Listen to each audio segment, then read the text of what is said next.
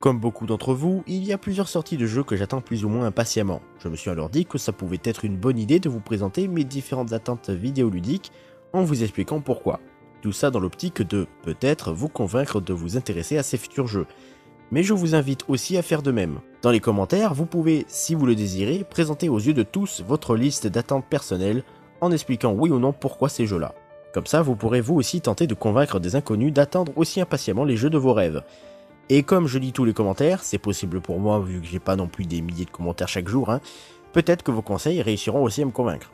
Alors avant de commencer, je précise que ce n'est pas un classement. Je n'ai pas classé du jeu que j'attends le moins à celui que j'attends le plus. C'est une simple liste pour pas me faire chier. Et je précise également que je ne parlerai pas ici des jeux qui n'ont pas été officiellement annoncés ou sur lesquels on ne sait pratiquement rien. Comme par exemple BioShock 4, Little Nightmares 3, Resident Evil 9, la possible suite de Detroit Become Human, ou encore Bloodborne 2. Tout ça, ce sont des jeux qui n'ont pas de bande-annonce, pas de date de sortie, certains sont au tout début de leur développement alors que d'autres on ne sait même pas s'ils ont commencé à être produits, enfin voilà, donc je n'en parle pas ici. Mais je peux vous assurer que si un jeu comme Bloodborne 2 est bel et bien prévu, je jouis. Bref, commençons. Premier jeu de la liste, Atomic Heart. Annoncé en 2018, Atomic Heart sera un jeu solo de tir à la première personne ainsi que d'action RPG développé par le studio russe Manfish. On ne sait pas trop quand il sortira car il a été repoussé, mais certains pensent qu'il pourrait arriver vers décembre. Le jeu devrait être disponible sur PC, PS4 et 5 ainsi que sur Xbox One et Xbox Series. Au niveau de l'histoire, Atomic Heart se déroule en Union soviétique, dans une réalité alternative entre les années 30 et 60, où des technologies comme Internet, les hologrammes et les robots ont déjà été inventés. Le protagoniste est un agent spécial du KGB, mentalement instable, appelé P3, qui a été envoyé par le gouvernement pour enquêter sur une usine de fabrication qui ne donne plus de signes de vie. Arrivé sur place, notre héros découvre que tous les employés de l'usine sont morts, tués par les divers robots fabriqués qui se sont rebellés pour une raison inconnue. Le but du jeu est donc bien évidemment de survivre face aux différentes machines devenues folles tout en découvrant ce qui s'est passé pour éviter un scénario catastrophe. Alors en vérité, je n'attends rien de grandiose de la part de ce jeu. Étant donné qu'il ne vient pas d'une série que je connais, je préfère ne pas m'attendre à grand chose pour ne pas risquer d'être déçu. Néanmoins, si ce jeu me fait de l'œil, c'est avant tout pour l'ambiance qu'on a pu observer durant les bandes annonces. Ce mélange d'horreur et d'action dans un univers rétro-futuriste me fait beaucoup penser à BioShock 1 et 2. En plus, les jeux se passent plus ou moins à la même époque, sauf qu'au lieu d'explorer le côté américain, là ça sera le côté soviétique. Mais Atomic Heart ne sera pas qu'une bête copie, il est prévu qu'il soit un monde semi-ouvert. Les développeurs ont affirmé que le monde offert par le jeu ne sera pas immense, mais que le contenu y sera bien riche et bien réparti sur la carte. Ce qui est quand même mieux qu'un monde ouvert immensément grand mais vide. Les développeurs ont aussi déclaré qu'ils souhaitent faire en sorte que Atomic Heart devienne un jeu culte, un jeu marquant qui pourra se mettre à la table des plus grands comme Fallout ou bien Half-Life. Un jeu qui combine action, horreur, exploration et mystère avec des ennemis bien flippants au design varié ainsi qu'un univers intéressant. En bref, tout ce qui me plaît. Il reste plus qu'à voir si le gameplay est plaisant à jouer et j'espère donc que le jeu sera une réussite. Deuxième jeu de la liste, Bendy and the Dark Revival. Évidemment, on a beaucoup parlé de Bendy and the Ink Machine sur cette chaîne, il fallait bien que j'attende sa suite. Beaucoup d'entre vous connaissent déjà ce jeu, mais je vais quand même faire un petit résumé pour ceux qui ne connaissent pas. Le premier opus, Bendy and the Ink Machine, est un jeu d'horreur indépendant à la première personne sorti en 2017 sur PC, puis sur mobile, Switch, PS4 et Xbox One en 2018. Le jeu se déroule dans les années 60 et raconte l'histoire d'Henry, un homme qui reçoit une lettre de son ancien meilleur ami qu'il n'a plus vu depuis 30 ans, Joe et Drew. Ils travaillaient tous deux dans un studio d'animation et Joey souhaite justement que Henry se rende aux locaux de cet ancien studio. Mais en y allant, Henry découvre que les personnages de dessin animé que lui et son meilleur ami avaient créés étaient venus à la vie et souhaitent sa mort. Henry est donc coincé dans cet immense studio et doit tenter de s'enfuir. Le second opus, quant à lui, Bendy and the Dark Revival, on n'a pas beaucoup d'informations à ce sujet. On y contrôle une certaine Audrey qui est entrée en contact avec l'encre spéciale du studio et qui semble depuis détenir un pouvoir très puissant, faire disparaître les monstres d'encre. Et c'est tout. On ne connaît même pas la date de sortie puisqu'il a été repoussé alors qu'il devait sortir en automne 2019. On sait juste que le jeu sortira entièrement, contrairement au précédent jeu qui sortait rapidement chapitre par chapitre. Et ça sortira probablement sur PC aussi. Dans tous les cas, ce que j'attends de cet opus, c'est qu'il soit bien évidemment meilleur que le premier. De ce qu'on a pu en voir dans les bandes annonces, le jeu a l'air d'être bien plus beau, propose des nouveautés dans le gameplay, notamment avec les pouvoirs du personnage principal et de nouvelles armes, ainsi que des mécaniques d'horreur intéressantes, comme par exemple les portes fortifiées qui mettent du temps à s'ouvrir. Peut-être une inspiration des premiers Resident Evil, qui peuvent être un très bon moyen d'engendrer du stress chez le joueur. Si vous avez un monstre au cul et que la porte de sortie met 30 ans à s'ouvrir, c'est sûr que vous serez pas bien. J'attends aussi qu'ils exploitent un peu mieux les conduits d'aération. Par exemple, ils pourraient y mettre des ennemis qui s'y cachent et qui nous poursuivent quand on y rentre, un peu comme le Xenomorph dans Alien Isolation. Ce qui, en plus de relever un poil la difficulté, sera aussi une bonne occasion d'instaurer une ambiance plus oppressante. Car c'est vrai que le premier opus ne faisait pas assez peur et qu'on s'y sentait très souvent en sécurité, malgré plusieurs idées intéressantes comme Bendy qui pouvait nous pourchasser, à la manière d'un Mr. X ou d'un Nemesis de Resident Evil. Ça serait aussi bien qu'ils étoffent un peu plus le bestiaire, ce qui est normalement prévu, et bien sûr, j'ai hâte d'en apprendre plus sur l'histoire du studio. Mais j'ai quand même un mauvais pressentiment. Entre les nombreux reports du jeu et les rumeurs de plusieurs licenciements au sein du studio, d'ailleurs Atomic Heart a exactement les mêmes problèmes, j'ai peur que le jeu se foire. Et comme les développeurs veulent prendre leur temps, à tous les coups il sortira pas avant fin 2022. Mais j'espère avoir tort et que cette suite devienne peut-être aussi mythique que Bioshock. Et si je parle encore de Bioshock, c'est pas pour rien, puisque Batim s'inspire lui aussi beaucoup de celui-ci. Jouez-y, vous verrez les ressemblances.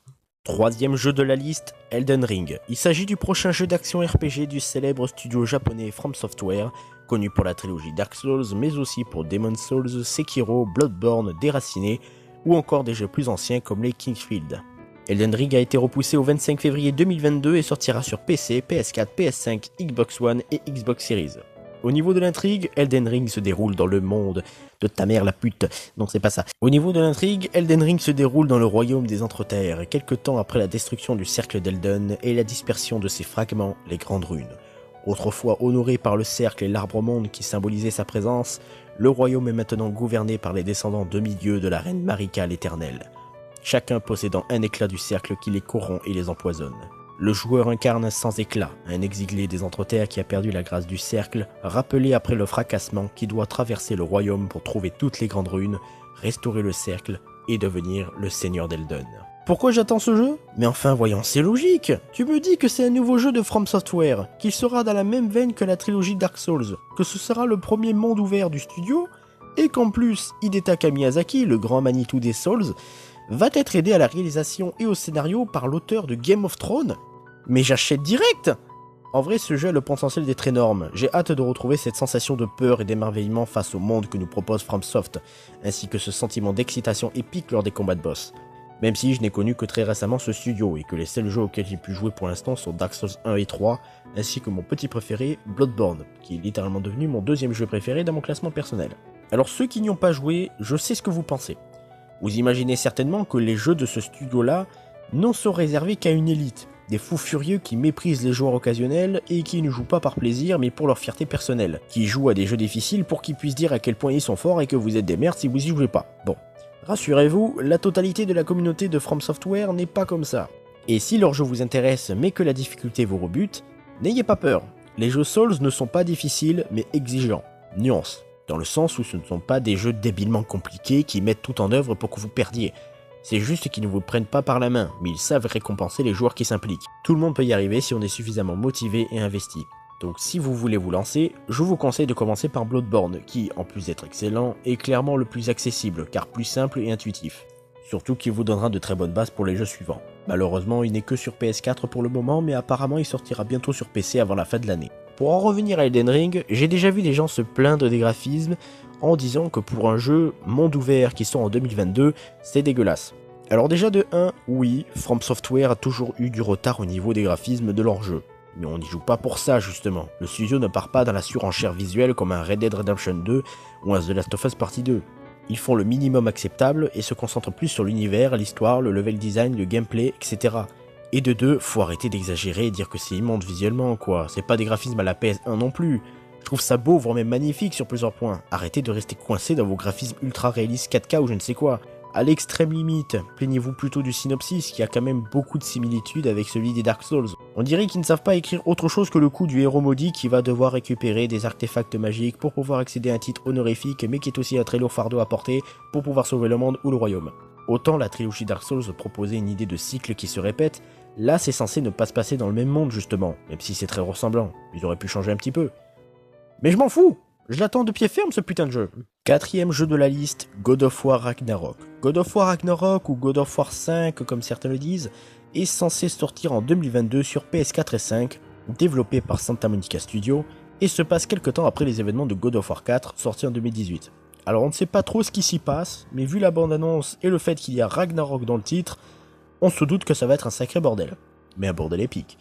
Enfin si, on sait à peu près ce qui s'y passe, mais je risque de spoiler la fin de God of War 4 pour ceux qui ne l'ont pas fait. Disons juste que Atreus, le fils du héros principal Kratos, veut savoir qui il est vraiment, mais son père refuse, ce qui va forcément créer des conflits entre eux alors que le Ragnarok approche à grands pas. Ils vont alors partir à la recherche de Tyr, le dieu nordique de la guerre, pour lui demander de l'aide et ainsi peut-être stopper le Ragnarok. Pour rappel, le Ragnarok renvoie à une fin du monde prophétique durant laquelle les dieux de la mythologie nordique vont entrer en guerre.